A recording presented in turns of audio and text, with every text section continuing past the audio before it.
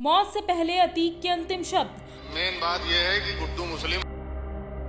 आखिरी समय में किस गुड्डू का हुआ था जिक्र, जाने कौन है गुड्डू मुस्लिम, क्या है पूरी कहानी। अतीक अहमद हत्याकांड इन दिनों सुर्खियों में छाया हुआ है।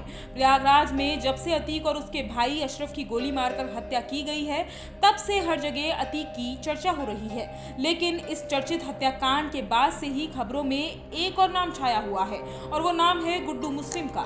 गौर कीजिएगा कि ये वही नाम है जिसका जिक्र मौत से पहले अतीक और अशरफ ने किया था।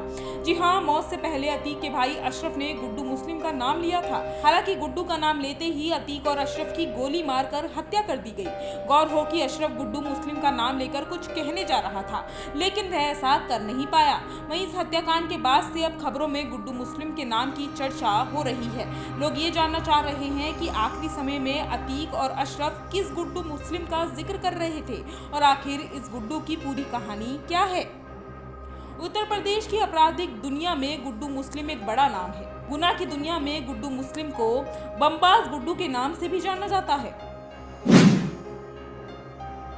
उत्तर प्रदेश में गुड्डू मुस्लिम उर्फ बमबाज गुड्डू की पहचान एक कुख्यात बदमाश के रूप में की जाती है। बता दें कि उत्तर प्रदेश सरकार ने इस कुख्यात गैंगस्टर के ऊपर 5 लाख का इनाम घोषित किया है। जानना ये भी जरूरी है कि उमेश पाल हत्याकांड में भी इसका नाम सामने आया था।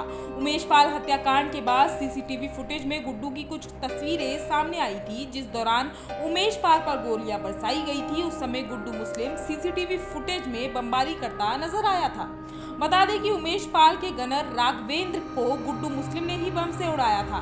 उमेश पाल हत्याकांड के बाद से ही गुड्डू मुस्लिम फरार चल रहा है। वहीं उत्तर प्रदेश पुलिस हर कोने में गुड्डू मुस्लिम को ढूंढ रही है, लेकिन अब तक इसका कुछ अता पता नहीं चल पाया है।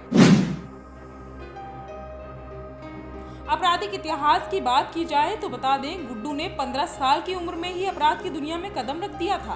कहा जाता है कि गुड्डू स्कूल के दिनों में ही रंगदारी, लूट और दबंगई जैसी घटनाओं में शामिल हुआ करता था। करीबी बताते हैं कि गुड्डू की बदमाशियों से उसके घर वाले इतने परेशान थे कि उन्होंने उसे पढ़ने के लिए लखनऊ भेजा था। लेकिन यहाँ भी उसकी हरकतें ठीक नहीं हुई और आपराधिक घटनाओं में वो बढ़ चढ़ कर हिस्सा लेने लगा।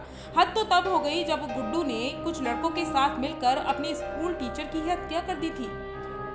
स्कूल टीचर की हत्या करने के बाद गुड्डू के हौसले इतने बुलंद हुए कि उसने एक नहीं बल्कि कई हत्याएं की, जिसमें फैजाबाद के ठेकेदार संतोष सिंह का भी नाम शामिल है। कहते हैं कि जुर्म की दुनिया में आगे बढ़ते बढ़ते गुड्डू की पहचान अतीक अहमद से हुई थी, जिसके बाद गुड्डू अतीक के गुर्गे के तौर पर काम करने लगा था।